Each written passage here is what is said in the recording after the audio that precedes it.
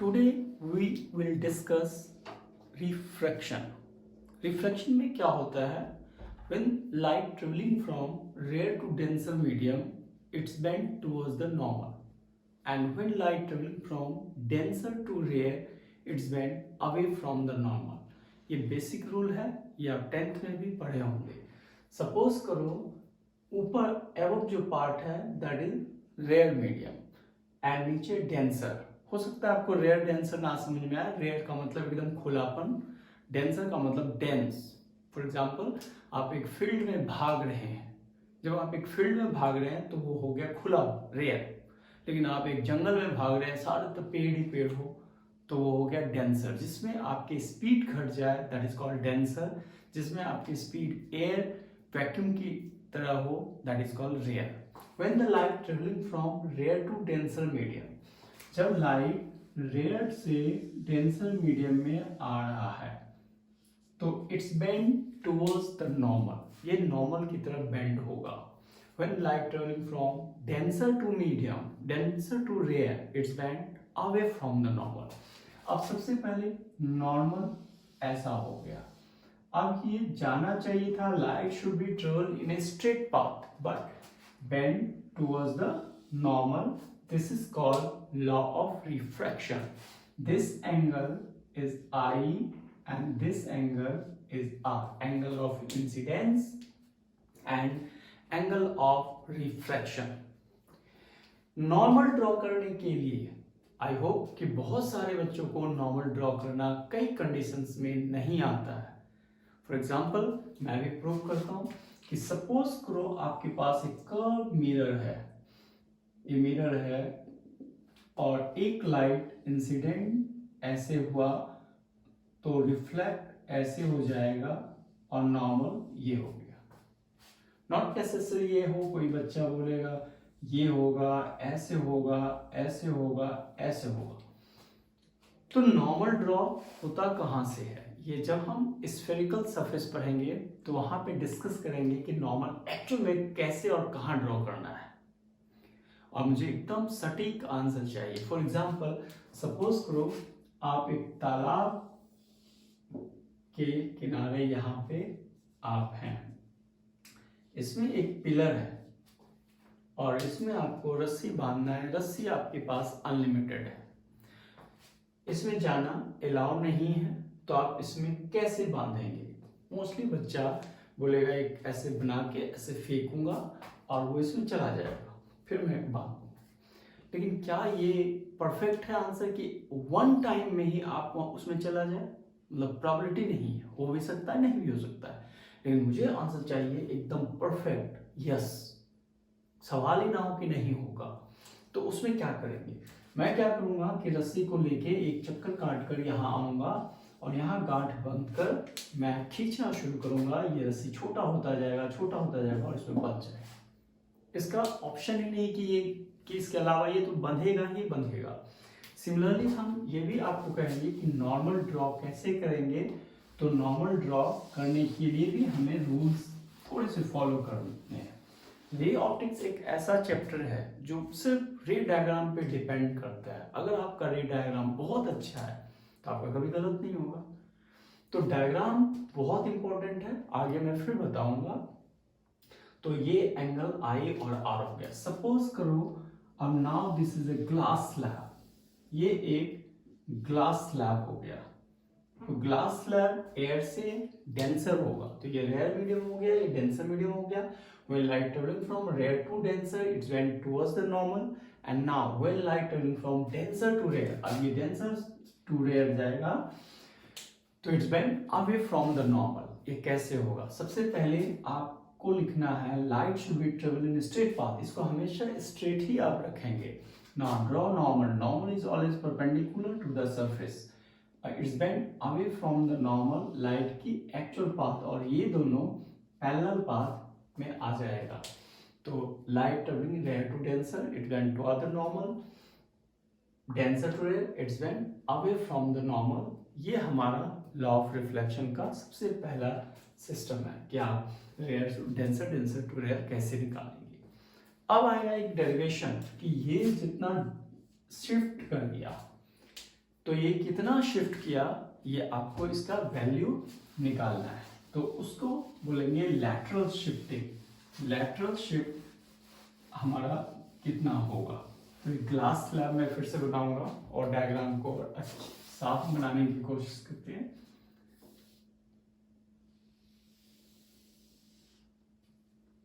ये हमारा एक ग्लास स्लैब हो गया, ये ग्लास स्लैब है। लाइट इंसिडेंट हो रहा है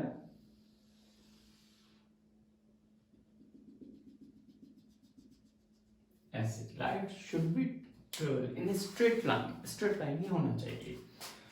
नाउ ड्रॉ नॉर्मल, ये नॉर्मल डाल दिया। The thickness of glass is T. When light traveling from rare to denser, it's bent towards the normal और normal की तरफ चलेगी। And this angle is R. Again draw normal. It's bent away from the normal which is parallel to this and this distance will be x. मुझे ये x को follow करना है, बताना है कि x का वैल्यू कितना होगा। कैसे निकालेंगे, एक डेरिवेशन है, कॉम्प्लिकेटेड है, लेकिन आप बिल्कुल इजी वे में सीखेंगे। बहुत ही आसान तरीका है इसको सीखने का। आप पहले नाम डाल दीजिए, this will be A B C and D. ये होल एंगल जो है ये आई के इक्वल हो जाएगा और ये छोटा सा एंगल जो है इसको हमने डेल्टा मान लिया, तो delta equal to I minus R. ये स्कूल ज्योमेट्री 9th में 10th में आपने ऐसा किया होगा, वहां से हमने कर दिया। ये शायद 10th में एक्सपेरिमेंट भी होगा, प्रैक्टिकल में कराया होगा। अब मुझे x निकालना है, तो सपोज करो कि मुझे नहीं आ रहा है, तो मैं कैसे निकालूंगा, कहीं ना कहीं से रिलेशनशिप ढूंढो, फिर आपसे बनेगा। अब मेरे पास दो ट्रायंगल है, A C D and A P C, दो ट्रायंगल है। ट्रायंगल दो है तो इसमें 6 एलिमेंट होंगे, 3 एंगल होंगे, 3 साइड्स होंगे। तो इसी में रिलेशन ढूंढना है कि फर्स्ट ट्रायंगल और सेकंड ट्रायंगल में क्या क्या गिवन है। इसमें डेल्टा x है, इसमें r दिया हुआ है, ये t दिया हुआ है और डेल्टा ac दिया हुआ है। तो हमारे पास ac जो है ये दोनों में कॉमन है, तो मैं इसको यूज करूंगा। अब इस ट्रायंगल में इन ट्रायंगल ACD, अब इसमें क्या है, मेरे पास एक हाइपोटेन्यूज है और एक परपेंडिकुलर है। तो परपेंडिकुलर और हाइपोटेन्यूज का कोई सिस्टम निकालेंगे तो होता है साइन थीटा। तो in triangle this we can write sine delta equal to perpendicular by hypotenuse AC. We can write sine delta into, या AC ही आप निकाल लेंगे, AC इक्वल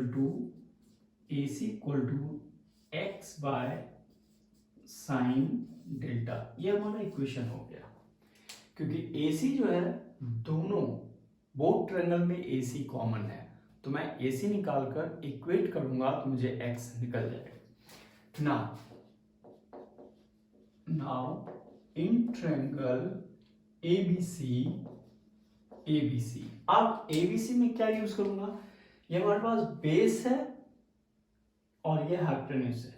तो बेस हाइपोटेन्यूज जो है वो कॉस थीटा, अगर आपको नहीं पता हो, पंडित बद्री प्रसाद हर हर बोले, ऐसा होता, सब बच्चे यूज करते हैं।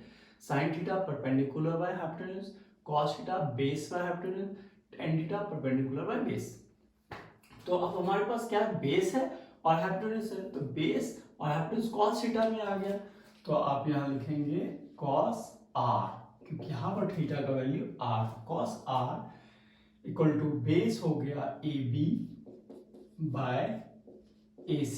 Therefore AC equal to AB को आप लिखेंगे T बाय cos r। अब ये इक्वेशन मेरा सेकंड हो गया और ये इक्वेशन फर्स्ट हो गया, both are AC, therefore equating equation first and second, equating equation first and second, x by sine delta equal to t by cos r। तो x by sine delta equal to t by cos r। तो x का value मेरे पास आ गया x equal to t sine delta by cos r। तो we can write t sine delta को आप क्या लिख सकते हैं, i minus r bye cos r। ये हुआ मेरा लेटरल शिफ्टिंग, मतलब इतना जो वे था पाथ, इसका एक्चुअल पाथ ये होना था, उससे वो इतना शिफ्ट कर गया ये वैल्यू। बहुत सारे इसमें कॉस का वैल्यू चेंज कर सकते हैं आप, ये भी कर सकते हैं, साइन a माइनस बी का फॉर्मूला लगा के इसको और एक्सप्लेन कर सकते हैं। फिलहाल हमारे लिए इतना ही है, ठीक है। तो इसी को हम बोलेंगे एक्सप्रेशन फॉर लेटरल शिफ्टिंग। इसके बाद हम आएंगे स्नेल्स लॉ में। स्नेल्स लॉ जो पूरी रे ऑप्टिक्स का बेस है। अगर आप स्नेल्स लॉ को बहुत अच्छे तरीके से यूज कर लेंगे तो आपको पूरी फिजिक्स में प्रॉब्लम, रे ऑप्टिक्स में प्रॉब्लम मैं नहीं होने दूंगा। रे ऑप्टिक्स में क्या है, दो चीज आपको बहुत इंपॉर्टेंट चीज है, इस दो को आप हमेशा अपने पास रखिए। फर्स्ट, हमारा रे डायग्राम अच्छा बनना चाहिए, और सेकेंड, स्नेल्स लॉ यूज करना आना चाहिए। स्नेल्स लॉ क्या होता है, sine I by sine R equal to mu, where mu is called refractive index. हर मेटेरियल का रिफ्रैक्टिव इंडेक्स अलग अलग होता है, सबसे ज्यादा डायमंड का होता है refractive index. When light traveling from one medium to another medium,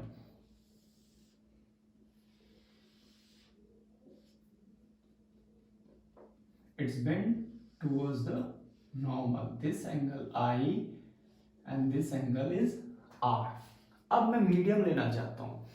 अगर ये एयर है तो ये ग्लास होगा, ये मीडियम 1 है तो ये मीडियम 2 होगा। तो sin I by sin R equal to mu, where mu is called refractive index। अब इसको लिखने का process, we can also write sin I by sin R equal to A mu G। mu is called refractive index, A mu G we can say refractive index of glass with respect to air। आप इसको ऐसे भी लिख सकते थे 1 mu G refractive index of medium 1 to 2 with respect to 1। Means जहां से light आ रहा है उसको आप यहां लिखेंगे, और जिसमें जा रहा है यहां लिखेंगे। तो A mu G means refractive index of glass. We can also write sine I by sine R equal to mu G by mu A। ये दोनों सब सेम है, एक ही चीज है, हर बुक में अलग अलग आएगा लिखने को, तो आपको कंफ्यूजन नहीं होना चाहिए, बस ये याद रखना है। We can also write sine I by sine R equal to 1 by, इसका रेसिप्रोकल करेंगे तो G mu A, ऐसा लिखेंगे। तो ये स्नेल्स लॉ लिखने का मेथड है, स्नेल्स लॉ। अब ये क्यों लिखा इसका मैं प्रूफ दूंगा। उसको हम लोग बोलते हैं refraction through a single slab. Refraction हम एक सिंगल स्लैब से करना चाहते हैं, तो सिंगल स्लैब में रिफ्रैक्शन कैसा होगा। एक सिंगल स्लैब को हम लेंगे और रिफ्रैक्शन निकालेंगे। देखो ये एक हमारा ग्लास स्लैब हो गया, ये लाइट इंसिडेंट हुई, ये रिफ्रैक्ट हो गई। अगेन यहां नॉर्मल ड्रॉ करेंगे और ये रिफ्रैक्ट हो गई। ये एंगल आई हो गया, ये आर हो गया, तो ये एंगल भी आर हो जाएगा अल्टरनेटिव इंटीरियर से, और ये एंगल जो है ये आई होगा क्योंकि ये लाइन दोनों एक दूसरे का पैरेलल है, तो जितना एंगल यहाँ होगा वो इसको ज्योमेट्री से ये है। यूजिंग स्नेल्स लॉ, ये एयर है, ये ग्लास है, ये वापस एयर हो गया, तो यूज करेंगे for first surface sine I by sine R equal to A mu G. Now for this surface, यहां ये इंसिडेंट हो गया और ये रिफ्रैक्टेड हो गया, तो sine R by sine I equal to G mu A. अब फिर से मैं इसको समझाने की कोशिश कर रहा हूं कि जहां से लाइट आ रही है ए, जिसमें जा रही है जी, यहां पर क्या होगा, लाइट जी से आ रही है, बाहर ए में जा रही है, हुआ multiplying first and second, equation first and second को मल्टीप्लाई करेंगे, we can write sine I by sine R into sine R by sine I equal to A mu G into G mu A, ऐसा हो गया। अब ये cancel हो गया, ये कैंसिल 1 हो गया, तो आप क्या लिखेंगे, A mu G into G mu A equal to 1, तो A mu G equal to 1 by G mu A, ऐसा होगा। तो ये हमने आपको प्रूफ कर दिया कि ये पार्ट हम ऐसे लिखते हैं, इसको बोलते हैं refraction through a single slab. अब रिफ्रैक्शन जो है हम मल्टीपल स्लैब में भी करना चाहेंगे कि एक नहीं दो स्लैब, 2 रिफ्रैक्टिव सरफेस हो, 3 रिफ्रैक्टिव सरफेस हो, तो कैसे करेंगे।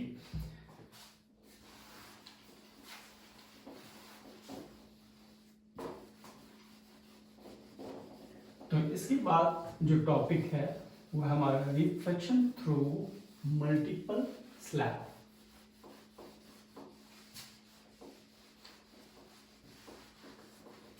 रे ऑप्टिक्स में मैं पहले सीबीएसई लेवल का छोटे छोटे बेसिक कंसेप्ट दे रहा हूँ, फिर हम आपको नीट और आईआईटी के लिए भी रे ऑप्टिक्स का सारे न्यूमेरिकल्स ये सब बताऊंगा कि नीट क्वेश्चंस कैसे बनाते हैं, आईआईटी के क्वेश्चंस कैसे बनाते हैं।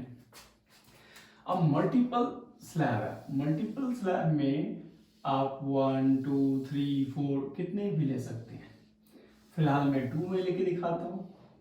ये एयर हो गया, एयर से ज्यादा डेंसर वाटर होता है, तो ये वाटर ले लिया, वाटर से ज्यादा डेंसर ग्लास होगा, ये ग्लास ले लिया, वापस एयर। अब लाइट जो है, रे डायग्राम बनाना, तो लाइट ने यूं मत खींचना, थोड़ा स्लैंट को, ताकि हमारा लाइट जो डायग्राम है वो अच्छा दिखे। तो मैं इंसिडेंट लाइट ऐसे